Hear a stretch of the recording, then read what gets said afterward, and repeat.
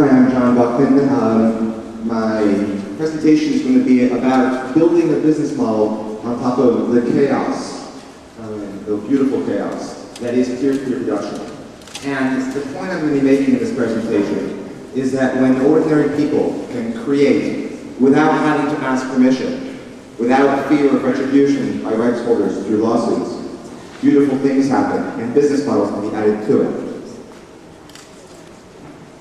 The presentation is available currently as a PDF at blogs.magnitude.com if you want to download it. The whole presentation is under CC attribution license, so you're free to reuse it, add devil horns to me, put upside down, put it backwards, whatever you like. That's what remixing is about. Joey asked me to make a quick introduction of who I am. For a dozen years, my wife and I started a company called Lyris. We grew it over a long time to 50 people and sold it 2 years ago. So my background is as an internet entrepreneur. 4 years ago, I started something called Magnitude, which is going to be the topic of this conversation. And a year ago, Larry Lessig asked me to be on the board of directors of CC. I live half the year in Berkeley, California, and half the year in London. I'm also on the board of the Open Rights Group, which is a terrific group as well. Becky is here, who's the head of the Open Rights Group, to talk to her if you're a UK person and support us. So I want to set the scene for what I'm going to talk about. Most people think that the future goes into one of two scenarios. It's either piracy everywhere, creation has no financial value, or it's permission society, where government collaborates with the rights holders to enforce DRM and fear everywhere. Both those scenarios are proceeding quite aggressively and quite a lot of success. Piracy is continuing, and we know permission society is increasing in many sectors. This is what permission society looks like. It means when you buy something, you have to ask permission to do the thing that you just paid for. It also means that when you buy a major label record, you are helping sue your friends and colleges. This is not necessarily the kind of purchase you want to do. The alternative is the BitTorrent reality. And this is a strange audience to get sort of a quick view of BitTorrent, but I do a lot of presentations to a lot of suits, and a lot of suits have never used BitTorrent. The last time they looked at P2P is when they used LimeWire, and they don't realize how compelling a consumer application piracy is. And I just want to give you a quick example of that. This is a film that's down the street from me in London. It just came out, a great film, and it was gone in a week. I thought, oh damn, now I have to wait 6 months in order to see this thing. Well, no, I can just go to BitTorrent, search for it, and it's available as a DVD rip. Now, I'm happy to go pay for this movie, but I can't because there's an artificial constraint that requires me to wait 6 months to go rent a thing from Netflix or Tesco DVD in the UK. And of course, when I do download it, I get a high-definition version in my language, downloaded twice as fast as the purchase version. Now, I'm not advocating piracy, but I'm showing how what consumers want to do is not available legally. So it's no wonder that piracy is so effective against the business, because businesses aren't providing what consumers want. Piracy often is. So if you want to do a business model that succeeds, you have to provide what people actually want. And what I'd like to propose is that open music might be a third way that recognizes creators, recognizes what actually people want to do with their music. So 4 years ago, I started Magnitude, and the main idea I had was I wanted to work directly with artists, so as ideas occurred, we could try it. And I wanted to make sure that artists got paid. Because while it's great to have production at home, it costs money to buy Pro Tools, to buy equipment. It costs money to print CDs. It costs money for all sorts of things to do music. And year after year, if there's no money involved, often it's hard to get your music out.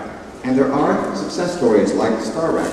But for every Star Wreck, there's videos on YouTube that are brilliant, that no one has seen. Because there's no money to market it, there's no ecosystem for it to get out. And the reality is we live in a commercial world. So while there is a sharing economy, if there's a bridge the sharing economy can make to the commercial economy, the cash economy, then we can bridge into that and get a much larger impact in the rest of the world. So we are not evil was the slogan I came up with to make it very clear and to set a line in the sand that we will not do anything that we think is morally bad. Now, Google has their slogan, "Don't be evil," which is good. I thank them for that, but it's kind of a soft slogan. It means, please don't don't be evil, but if you have to, don't do it too visibly. But we are not evil means we're daring you to catch us. It means we can't. If we ever do it, our reputation is blown. It's a very high moral standard. High moral standards say that fair trade coffee tries to establish. So when you buy coffee, you know that farmers are getting paid. This is what Magnitude looks like, and it's principally a consumer offering. It's based on two basic ideas I have. One is all the money is in business to business. That's just a reality in the world. In the music business, in the US, which is a $12 billion annual business, 2/3 of that, $8 billion of that, is in music licensing. Only $4 billion of the US music business is actually consumer sales.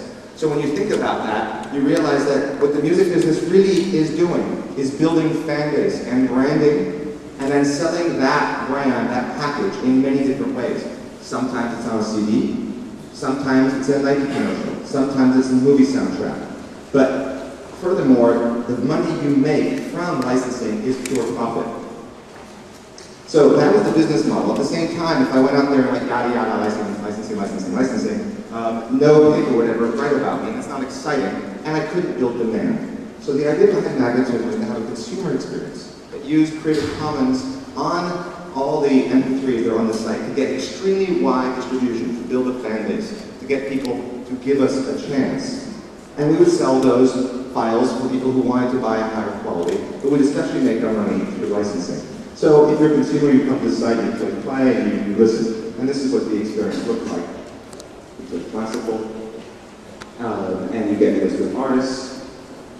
You click one of the artists, and you get an artist page. Now I should reinforce that at Magnitude, we are functioning like a traditional record label.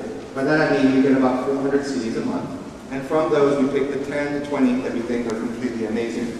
Now, there are other models like Jamendo that are super, but Jamendo wouldn't necessarily work for licensing, because when an advertiser calls, they want very restricted music that they think is high quality. They also want to make sure that it's completely legal and that Magnitude will stand behind it. So if you hit play, it automatically starts playing. I'll show you how you can download. You hit license, you say Creative Commons, and you can get it downloaded. If you want to buy something, this is unusual, and it's sort of showing how what's being offered to the public doesn't make a lot of sense. There's not a single site where you can listen to music and then buy a download or a CD. I mean, that just makes no sense, but that's how the licensing world, that's how permission society thinks and works. So we don't work that way. And of course, there's no DRM. You can play MP3s, AUX, FLACs, WAV files, all perfect quality. Something that's kind of odd is because the MP3s are available as free by NCSA licensed files, if you come to buy, you think you're one of the trustworthy types. You're one of the people who has said, I would like to support Magnitude and that artist. So instead of fixing the price, we actually ask you, how much do you want to pay? And underneath there, you can't see it, but it says 50% goes to the musician, so please be generous. And what's really unusual is literally you can pay $5 and you get nothing more. It's the same product for $5. Yet on average people pay $8.50. 20% pay over $12. So if you set up a trusting world, sometimes you can be rewarded. This is a non-commercial use page. We do something also unusual. Instead of just having a download link, we want to really communicate what CC is about and what both rights and restrictions apply to this music. So we have a click-through license for that. And then, of course, a download page. This is the commercial side, which is where we actually make our money. If you click license, we are the only place on the planet that will license all these scenarios immediately at a fixed price, standard contract, not with any commission involved. This has been a pretty successful business. Right now, Magnitude is a profitable 4-person company. The employees get paid, the musicians get paid. We haven't changed the world and gone IPO or sold to Buckman or anything. But we're happy with where we are because we feel like we're making a contribution.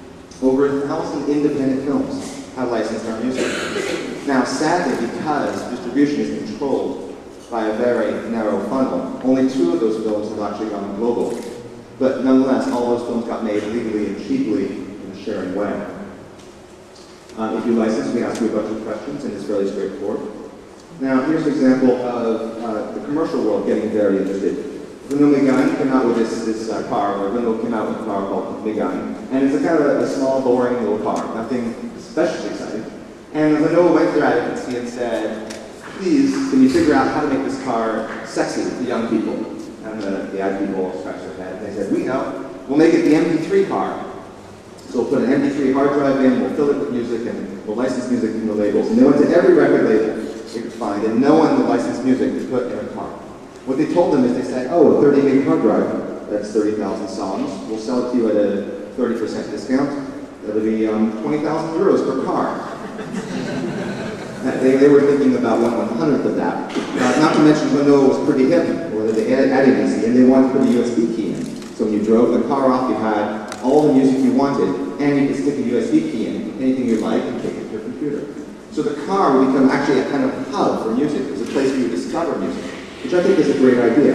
They also put ads on TV with 6 of our songs on French television. At the end of them, they said, if you like this music, go to our website, download it for free. And then completely unasked for, at the bottom left here, you can't read it, but it goes on quite a bit about Magnitude and how it's a partnership with Netlabel Magnitude. And the reason is music is cool, music is emotional, music feels current, and it's a way to move product. And we are willing, of course, to attach our name to product in order to make a living to support our artists. And that's what we're trying to do. That's the kind of business we can add to consumer, to amateur production. Harley also licensed a song, and it was the branding for this motorcycle. The reason I show that slide is when you start doing business, and I really learned this with Lyrics, which I did for 10 years, it's a grind. You have to be really committed. You have to be willing to do 80-hour work week for 10 years. And you have to make sure when you wake up in the morning, you feel really good about what you're doing. And when you get blogs like this on the internet, it doesn't matter what hours you put in. It doesn't matter the abuse and the threats you get. You just feel really good about yourself. And it's not work anymore. It's fun, and it's helping change the world. So, in the last minute that I have in the presentation, I just want to sort of explain how peer production works for us. I think of Magnitude very much like Ubuntu, which is to say, in the world of permission not required creation, everything gets created. A massive amount of garbage gets created. A massive amount of garbage that people actually like for themselves. Maybe it's meaningful to them. But among all that chaos, a lot of wonderful things happen. And this is what Ubuntu is doing, of course, in the Linux world. You go to SourceForge, there are thousands of projects, a lot of junk, a lot of alpha stuff that doesn't work. They find the best stuff, they package it. In their case, they offer both for free and through a supported version, which they make money. Magnitude does not exist alone. It exists in an ecology of openness. What I mean by that is we work with many, many different people who help find the best stuff, who help people create the best stuff. So, for example, CC Mixter is one of the most amazing things that Creative Commons has produced. Rather than just talking about applying a license, a Creative Commons license to your content, Mixter actually helps people reuse. And it's unique in that regard, to really give people the tools to reuse, to collaborate, to create wonderful new things. And it's been extremely well received by both the public and the industry that's interested in tapping into that collaboration to that tool. And actually, Nero, can you just stand up and Nero came up with the idea and was the person who put this through and made it happen. And we really overlook it. And if you've never been to the Mixer, you really ought to go, both as a creative person and someone who's just interested in great music. Mixter sits on top of Freesound, which is an amazing project of tiny little samples, things like guitar riffs, drum loops, that then end up in all sorts of other remix projects. And Jamendo is also an amazing project because it allows musicians who are not necessarily interested in making money, who want to get visibility, to get extreme visibility without cost, and to build fan bases and to make money in other ways. And of course, Magnitude. Thanks very much.